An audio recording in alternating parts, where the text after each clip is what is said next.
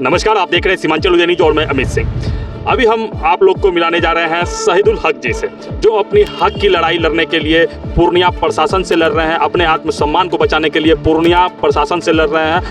बीते वर्ष इनके घर में पूर्णिया पुलिस और किशनगंज पुलिस के दरोगा के द्वारा निर्मम मारपीट की गई थी। इनके साथ ही नहीं, इनकी नाबालिग बेटे के साथ मारपीट की गई थी। मारपीट ही नहीं, इन तीनों को हाजत में भी रखा गया था देर रात्रि तक। जानते हैं इस संबंध में क्या बताते हैं अधिवक्ता शहीदुल हक जी। मेरे साथ दिनांक 17/7/2021 को अवैध रूप से मेरे घर में पूर्णिया पुलिस, किशनगंज पुलिस, खास करके किशनगंज महिला थाना अध्यक्ष पुष्पलता कुमारी और सहायक थाना अध्यक्ष संजय कुमार सिंह, ये दोनों 40-50 पुलिसकर्मी को लेकर के रात के 8:30 बजे मेरे घर में प्रवेश किया, एक फॉल्स केस बना करके, जिसका कोई आधार नहीं है, कुछ नहीं है। और उस केस को आधार बना करके मेरे घर पर अवैध रूप से हमला किया और दीवार को फलांग करके, बाउंड्री फलांग करके मेरे घर में घुसा। किस वक्त था? रात का क्या समय था? रात का 8:30 बज रहा था। 8:30 बजे रात में मेरे घर में प्रवेश किया, मेरे साथ मेरे नाबालिग बेटा बेटी के साथ मारपीट किया, तीनों को गिरफ्तार किया। गिरफ्तार करके तीनों को सहायक थाना लाया। सहायक थाना लाने के बाद हमको लगभग 4 घंटा तक रात में रोड पर घुमाते रहा। उसके बाद 2:30 बजे रात में हमको मड़ंगा थाना लेके गया। मड़ंगा थाना में रखा हमको, मेरा बेटा को सहायक थाना में रखा और बेटी को महिला थाना में रखा। और दूसरे दिन तीनों को रिमांड किया। रिमांड करने के बाद सीजीएम साहब ने उसको पाया कि ये केस बिल्कुल त्रुटिपूर्ण और फॉल्स केस है और सभी पुलिसकर्मी पर शोकॉज हुआ। शोकॉज पर वो लोग अपने जवाब में कहता है कि ये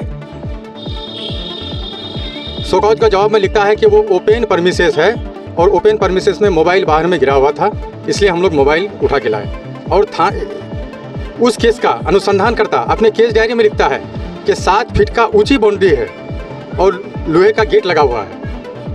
तो किस जगह वो लोग सही लिखता है, किस जगह गलत लिखता है, पुलिस ही अपनी बात पर कायम नहीं है और एक झूठ को छुपाने के लिए सैकड़ों झूठ का इस्तेमाल करता है वो लोग। और आज हम आपके चैनल के माध्यम से आह्वान करते हैं कि 1947 में देश को अंग्रेज से आज़ादी मिली और आज लोगों को जागरूक होना पड़ेगा पुलिस से आज़ादी लेने के लिए। आज पुलिस इस तरह से आतंक फैलाया हुआ है कि आम लोग भी थाना में जाने से डर रहा है। एक सही आदमी सोचता है कि थाना जाएंगे तो धमकाएगा, मारेगा, या नहीं तो अगर किसी भी आदमी को ये अंदाज़ा लगाना है कि ये सही बात है या गलत बात है, थाना आप एक FIR करने के लिए जाइए, आपको 10 दिन दौड़ाएगा, जब तक आप उसको पैसा नहीं दीजिएगा FIR नहीं करेगा। आज ये पुलिस का हाल है। इसलिए पुलिस के आतंक के विरोध में अब सबको जागना पड़ेगा। नहीं जागने से आम लोगों को जीना मुश्किल हो जाएगा। और मेरे केस में मेरे ऊपर मारपीट किया। मारपीट करने के बाद हम लोग अपने अध्यक्ष को DBA पूर्णिया में एक आवेदन दिए। आवेदन देकर के 10 आदमी जाकर के स्वयं SP से मिला, सस्पेंडेड SP शंकर दयाल से, हाँ सस्पेंडेड SP दया शंकर से, कि इस तरह से घटना घटी है और इसका आप जांच कीजिए। इस तरह का आपके साथ अमानवीय व्यवहार किया गया, इसमें पूर्णिया पुलिस अधीक्षक के द्वारा कुछ कार्रवाई नहीं की गई थी? नहीं, वही तो हम बता रहे हैं कि एक दरखास्त दिए तो कहा कि 1 हफ्ता में जांच करके CCTV फुटेज हम निकालते हैं, जांच करके आप लोगों को बताते हैं। पुनः बार काउंसिल पटना से एक टीम आई फिर जांच करने के लिए। मेरे घर पर वो लोग गया, वहाँ के सारे लोगों को, लोकल जितने भी लोग थे, सबसे पूछताछ किए कि नहीं, घटना ये जो केस किया गया है मेरे ऊपर पुलिस के द्वारा, ये बिल्कुल फॉल्स केस है। जहाँ तक पुलिस के द्वारा मारपीट का आरोप आप लगा रहे हैं कि आपके साथ मारपीट हुई, आपके बच्चे के साथ मारपीट हुई, ये कहाँ तक सत्य है? ये सही बात है? ये बिल्कुल सही बात है। इंजरी भी है मेरे पास और इंजरी पुलिस खुद कराई है। हमको, मेरा बेटा को, बेटी को सदर हॉस्पिटल ले करके इंजरी खुद पुलिस कराया है और उसमें ग्रीवियस इंजरी है। और उसके बाद SP कोई जांच नहीं किया।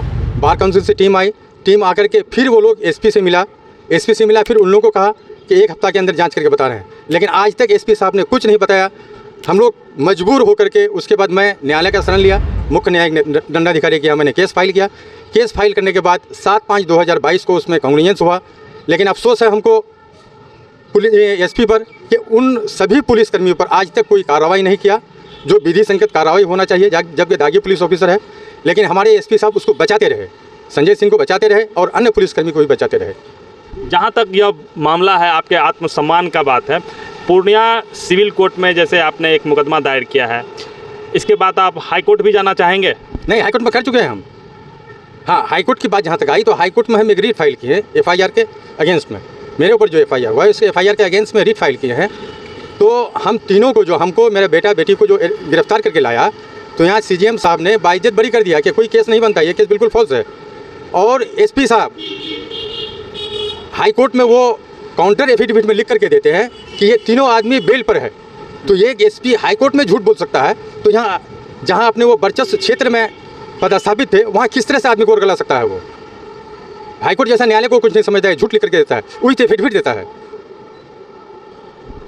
जैसा कि अधिवक्ता मुकदमा दायर किए हैं कोर्ट में, यह इनके आत्मसम्मान की बात है। यह निरंतर यह मुकदमा लड़ते रहेंगे जब तक इन्हें न्याय नहीं मिल जाता है।